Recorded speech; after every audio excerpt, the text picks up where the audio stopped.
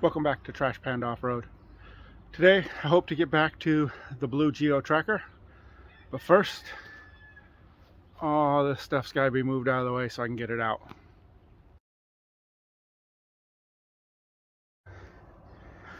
If you don't recall, because it's been like 6 months or something, this is a 90, man, I don't even recall. I don't remember what year it is. 5-speed Geo Tracker, has the very hard to find roof rack system, front tow hitch. The thing about this one is I did a motor swap into it and I messed up my intakes because the engine that I put in here came out of a 90. Yeah, and I think this one is like a 95, and so I've got to switch the intakes over now that I have the correct intake, because a lot of these plugs here wouldn't work. So yeah, that's what happens when you let your project sit, because none of these are watertight. So let's figure out how to get this thing around back to my shop, and then we'll drain the water out of that side, wipe down a lot of this mold and mildew, and put one of these two, I believe it's that one, put that intake back together, put it on here, put some oil in it, see if we can get this fire up. So as you can see, my yard is absolute trash. Had to bring the Super Duty in here today because I needed to go to the dump. So I know there's no way I can push that Blue Geo back in here, so I'm gonna flat tow it. I hooked it up to the back of the little X90 and we're cruising. I pulled it back from out there, I moved everything around, and now we're gonna try to whip this thing in there and see how close I can get it before I have to unhook it. Okay, that's how far we gotten. I can't go like out into the yard with that because I have septic, so I can go probably another 5 or 6 feet. So I'm gonna try to get that out of the way and then push this or pull it, or I don't know, we'll figure it out. Oh, I did manage to get enough traction to shove that thing into the doorway there. Now we gotta start working on it. We gotta throw that up there on the roof, get it out of the way. Not right this second though. Right this second. We need to grab the intake that we're gonna use. I think that'll do it. Alright, so let's get this in here. Shop is always a mess. Put that right there for now. I clean this stuff up a little bit so I have some room to work. And we'll throw the hood up there. Took a little bit, got a work area here. Dug through my pile of stuff, gaskets and such.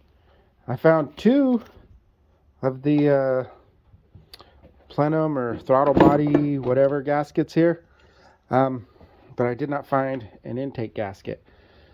And the one that was on this motor is obviously all gunked up and garbage. So I had to make a call to O'Reilly's. I'm gonna have to wait till 2:30, so that's only 5 hours away. So I guess I will find the bolts to make sure and get this piece here attached, and then kind of on hold.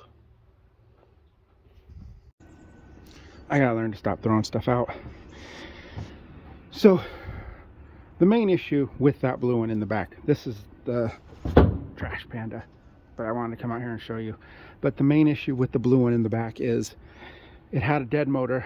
I pulled that motor out, stuck a motor. That one is a 94. The motor I put in it was from a 90. So unfortunately, none of this intake stuff lined up. So I hunted down a new intake. But again, I wasn't smart enough to hold on to the stupid plenum, because the ones that I have are this style. It is not the same. This one's got 2 ports on the back. This one's got 1 port on the front. The way they strap down is different. The way it's supported is different. So now I got to see if I can hunt down the correct plenum, because I got rid of the motor while it had that intake and that plenum with it, and I should have kept them. Now I know better. I'm just going to stop getting rid of stuff. I'm just going to keep piling it all up, and there's just, never going to be able to move because I'm going to have so much Suzuki stuff. So I've been keeping myself busy today. Got the air box fixed, put back together. It needs an air filter, which O'Reilly's didn't have, so I had to order that. Oh, the gasket I was looking for, that came in. So also I got all that stuff put back together.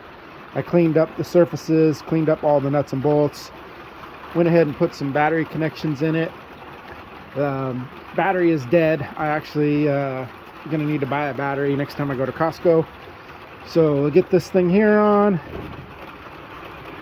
like so. Okay. Oh, whoops, finger. So I also hooked up the alternator and the starter and all that stuff. So gonna have to, before I get this thing done here, gonna have to double check where those lines run to make sure I get those ran in the right place. Should probably do that before I put the intake on, so I have the real estate to do it, because I know one goes to the bottom. I think one goes to the bottom and one goes to the back. I gotta go double check. Unfortunately, it's dumping down rain, so that sucks. Took a quick look at the Trash Panda. Bottom one runs into this little tube behind the water pump, and the top one's going to run up and hook to the back of the intake. So we'll get that on there. We'll get this thing set in there and get it started and slowly start bolting it up. Intake all bolted up, not a big deal, didn't take me very long. Gonna stop here. Still need to get that piece, that plenum piece. I'm gonna probably get it from Randy Gibbs, along with some other parts, some stuff for my stretched Samurai. So gonna make a trip up to see him, but getting ready to take a vacation, so gonna be out of town for a week, and since we're taking one of the X90s, I'm gonna spend tomorrow messing with it, getting the windows to work, and maybe putting a radio in it. So that's all for today. Thanks for watching part 2 of the Geo Tracker trying to get it fired up thingamahaha adventure. If you're into Suzuki stuff, consider subscribing.